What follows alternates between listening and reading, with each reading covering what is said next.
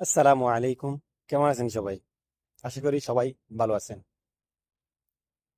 আজকের নিউজে দেখতে পেয়েছি বাংলাদেশে নাকি সবচেয়ে ঘুষ লেনদেন হয় পাসপোর্ট অফিসে। পাসপোর্ট বানানোর সময় নাকি বেশি ঘুষ লেনদেন হয়।